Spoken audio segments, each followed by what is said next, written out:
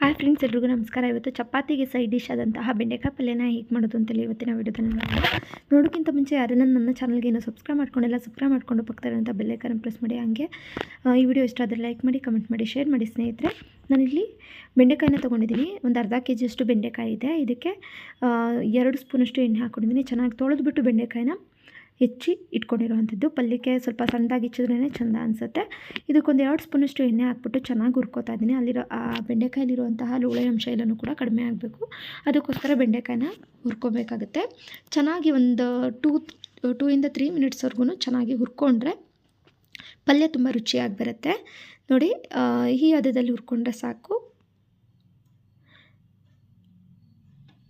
ನೋಡಿ, ಈ ಹದದಲ್ಲಿ ಹುರ್ಕೊಂಡು ಒಂದು ಕಡೆ ಸೈಡಿಗೆ ಎತ್ತಿಟ್ಕೊಬಿಡೋಣ.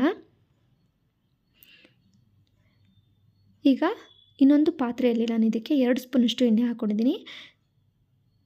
ಎಣ್ಣೆ ಚೆನ್ನಾಗಿ ಕಾಯ್ದ ಇದಕ್ಕೆ ಸ್ವಲ್ಪ ಸಾಸಿವೆನ ಕೂಡ ಹಾಕೋತಾ ಇದ್ದೀನಿ. ಸಾಸಿವೆ ಚಿಟಪಟ ಅಂದಮೇಲೆ ನಾನು ಇದಕ್ಕೆ ಕಡಲೆಬೇಳೆನೂ ಕೂಡ ಹಾಕೋತಾ ಇದ್ದೀನಿ. ಒಂದು 2 ಸ್ಪೂನಷ್ಟು ಕಡಲೆಬೇಳೆನೂ ಕೂಡ ಹಾಕ್ಕೊಂಡಿದ್ದೀನಿ.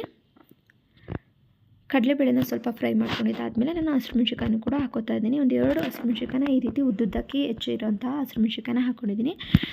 ಖಾರಕ್ಕೆ ಎಷ್ಟು ಬೇಕೋ ನೋಡಿಕೊಂಡು ನೀವು ಹಾಕೋಬೇಕಾಗುತ್ತೆ. ಹಸಿಮೆಣ್ಸಿಕಾಯಿ ಇಷ್ಟ ಇಲ್ಲ ಅಂತಂದವರು ನೀವು ಖಾರದ ಪುಡಿ ಕೂಡ ಹಾಕ್ಕೊಂಡು ಮಾಡ್ಕೋಬೇಕಾಗತ್ತೆ. ನಾನಿಲ್ಲಿ 2 ಈರುಳ್ಳಿನ ತೊಗೊಂಡಿದ್ದೀನಿ. ಉದ್ದುದ್ದಕ್ಕೆ ಹೆಚ್ಚಿರೋಂತಹ ಈರುಳ್ಳಿ ಸ್ವಲ್ಪ ಪಲ್ಯಗಳಿಗೆಲ್ಲನೂ ಕೂಡ ಜಾಸ್ತಿ ಇದ್ರೇ ಚೆನ್ನಾಗಿರುತ್ತೆ. ನೋಡಿ, ಈರುಳ್ಳಿನ ಒಂದು ಅರ್ಧ ಬೇಯಿಸಿದ್ರೆ ಸಾಕಾಗುತ್ತೆ. ಪೂರ್ತಿ ನಾವು ಬೇಯಿಸಬೇಕು ಅಂತ ಏನಿಲ್ಲ. ಪಲ್ಯಗಳಿಗೆ ಒಂದು 3/4 ಭಾಗ ಬೆಂದರೆ ಸಾಕಾಗುತ್ತೆ. ಅದಾದಮೇಲೆ ನಾನು 2 ಸ್ವೀಟ್ ಟೊಮೊಟೊನೇ ತೊಗೊಂಡಿದ್ದೀನಿ. ನೀವು ಹುಳಿ ಟೊಮೊಟೊ ಹಾಕೋತಾ ಇದ್ದೀರಾ ಅಂತಂದರೆ 1 ಹಾಕ್ಕೊಂಡ್ರೆ ಸಾಕಾಗುತ್ತೆ. ನನಗೆ ಮಾಮೂಲಿ ಆ್ಯಪಲ್ ಟೊಮೊಟೊ ತೊಗೊಂಡಿರೋದ್ರಿಂದ 2 ಟೊಮೊಟೊನ ಹಾಕ್ಕೊಂಡಿದ್ದೀನಿ. ಟೊಮೊಟೊ ಚೆನ್ನಾಗಿ ಈ ರೀತಿ ಸಾಫ್ಟಾಗಿ ಬೆಂದ ಮೇಲೆ ನಾನು ಇದಕ್ಕೆ ಏನು ಹುರಿದಿಟ್ಕೊಂಡಿದ್ವಲ್ವಾ, ಬೆಂಡೆಕಾಯಿ ಹುರಿದಿಟ್ಕೊಂಡಿರೋಂತಹ ಬೆಂಡೆಕಾಯಿನ ಇದಕ್ಕೆ ಸೇರಿಸ್ಕೊಂಡು ಮಿಕ್ಸ್ ಮಾಡ್ಕೋಬೇಕಾಗುತ್ತೆ. ಒಂದು 2 ನಿಮಿಷ ಈ ರೀತಿ ಚೆನ್ನಾಗಿ ಮಿಕ್ಸ್ ಮಾಡ್ಕೊಂಡಿದ್ದಾದಮೇಲೆ ಇದಕ್ಕೆ ನಾನು ಮಸಾಲೆ ಪದಾರ್ಥ ಜಸ್ಟ್ ಮನೆಯಲ್ಲೇ ಮಾಡಿರುವಂತಹ ತರಕಾರಿ ಸಾಂಬಾರು ಪೌಡ್ರನ್ನ ಸೇರಿಸ್ಕೊತಾ ಇದ್ದೀನಿ. 2 ಸ್ಪೂನಷ್ಟು ಸೇರಿಸ್ಕೊಂಡಿದ್ದೀನಿ. ಮತ್ತು ಕಲರ್ಗೆ ಅರಿಶಿನ ಕೂಡ ಹಾಕ್ಕೊಂಡಿದ್ದೀನಿ. ಇಷ್ಟೇ ಮಸಾಲೆ ಪದಾರ್ಥ, ಜಾಸ್ತಿ ಏನೂ ಹಾಕ್ತಾಯಿಲ್ಲ. ಶುಂಠಿ ಬೆಳ್ಳುಳ್ಳಿ ಪೇಸ್ಟು ಅದೇನೂ ಹಾಕಿಲ್ಲ. ಜಸ್ಟ್ ಸಿಂಪಲ್ಲಾಗಿ ಮಾಡ್ತಿರೋ ಅಂಥದ್ದು. ಇದಕ್ಕೆ ಸ್ವಲ್ಪ ಕೊತ್ತಂಬರಿ ಸೊಪ್ಪು ಹಾಕಿ ಚೆನ್ನಾಗಿ ಮಿಕ್ಸ್ ಮಾಡ್ಕೊತಾ ಇದ್ದೀನಿ. ಮಸಾಲೆ ಜಾಸ್ತಿ ಅನಿಸಲ್ಲ. ಮನೇಲಿ ನೀವು ತರಕಾರಿ ಸಾಂಬಾರು ಪೌಡ್ರ್ ಇಲ್ಲ ಅಂತಂದರೆ ನೀವು ಪಲ್ಯಕ್ಕೆ ಅಂತೇಳಿ ಪೌಡ್ರ್ ಮಾಡ್ಕೊಂಡಿಟ್ಕೊಂಡಿದ್ರೆ ಅದನ್ನು ಕೂಡ ಹಾಕೋಬೋದು. ಅದು ಇಲ್ಲ ಅಂತಂದರೆ ಸ್ವಲ್ಪ ಚಿಕನ್ ಮಸಾಲನೂ ಕೂಡ ಹಾಕೊಂಡು ಮಾಡ್ಕೋಬೋದು. ಇದಕ್ಕೆ ನೀರನ್ನ ಸೇರಿಸ್ಕೊತಾ ಇದ್ದೀನಿ. ಒಂದು ಅರ್ಧ ಲೋಟದಷ್ಟು ನೀರನ್ನ ಸೇರಿಸ್ಕೊತಾ ಇದ್ದೀನಿ. ನೀವು ಫುಲ್ಲು ಗ್ರೇವಿ ಥರ ಮಾಡ್ಕೊತೀವಿ ಅಂತ ಅನ್ನೋದಾದರೆ ಸ್ವಲ್ಪ ನೀರು ಜಾಸ್ತಿ ಹಾಕೋಬೇಕಾಗುತ್ತೆ. ನಾನಿಲ್ಲಿ ಚಪಾತಿಗೆ ಮಾಡ್ತಾ ಇರೋದ್ರಿಂದ ಸ್ವಲ್ಪ ಡ್ರೈ ಹಂಗೆ ಮಾಡ್ತಾ ಇರೋದು. ಒಂದು 3/4 ಲೋಟ ಅಥವಾ ಅರ್ಧ ಲೋಟ ನೀರು ಹಾಕ್ಕೊಂಡ್ರೆ ಸಾಕು. ನೀರು ಹಾಕಿದ್ಮೇಲೆ ಒಂದು ರುಚಿಗೆ ತಕ್ಕಷ್ಟು ಉಪ್ಪನ್ನ ಹಾಕ್ಬಿಟ್ಟು ಒಂದು ಲಿಡ್ನ ಕ್ಲೋಸ್ ಮಾಡಿ ಒಂದು 2 ನಿಮಿಷ ಬೇಯಿಸ್ಕೋಬೇಕಷ್ಟೇ.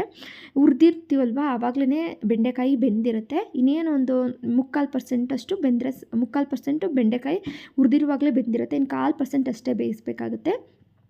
ಈ ಲಿಡ್ ಕ್ಲೋಸ್ ಮಾಡಿ ಒಂದು 2 ನಿಮಿಷ ಬೇಯಿಸ್ಕೊಂಡಿದ್ದಾದಮೇಲೆ ನಾನು ಇದಕ್ಕೆ ತೆಂಗಿನಕಾಯಿ ತುರಿನ ಹಾಕ್ಕೋತಾ ಇದ್ದೀನಿ. ಒಂದು ಸ್ವಲ್ಪ ತೆಂಗಿನಕಾಯಿ ತುರಿ ಹಾಕಿ ಒಂದು 2 ನಿಮಿಷ ಕುದಿಸ್ಕೊಂಡು ಲಿಡ್ನ ಕ್ಲೋಸ್ ಮಾಡಿ ಒಂದು 2 ನಿಮಿಷ ಕುದಿಸ್ಕೊಂಡ್ರೆ ನಮ್ಮ ಬೆಂಡೆಕಾಯಿ ಪಲ್ಯ ತುಂಬಾ ರುಚಿಯಾಗಿರುತ್ತೆ.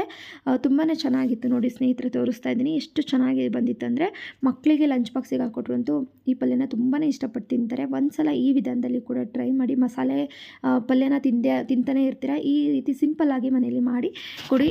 ಹೇಗೆ ಬಂದಿತ್ತು ಅಂತೇಳಿ ಕಮೆಂಟ್ನ ಮಾಡಿ ಸ್ನೇಹಿತರೆ. ಇನ್ನೊಂದು ವೀಡಿಯೋ ಜೊತೆ ಸಿಗ್ತೀನಿ. ಈ ವಿಡಿಯೋ ನೋಡಿದ್ದಕ್ಕಾಗಿ ಧನ್ಯವಾದಗಳು. ಬಾಯ್ ಸ್ನೇಹಿತರೆ.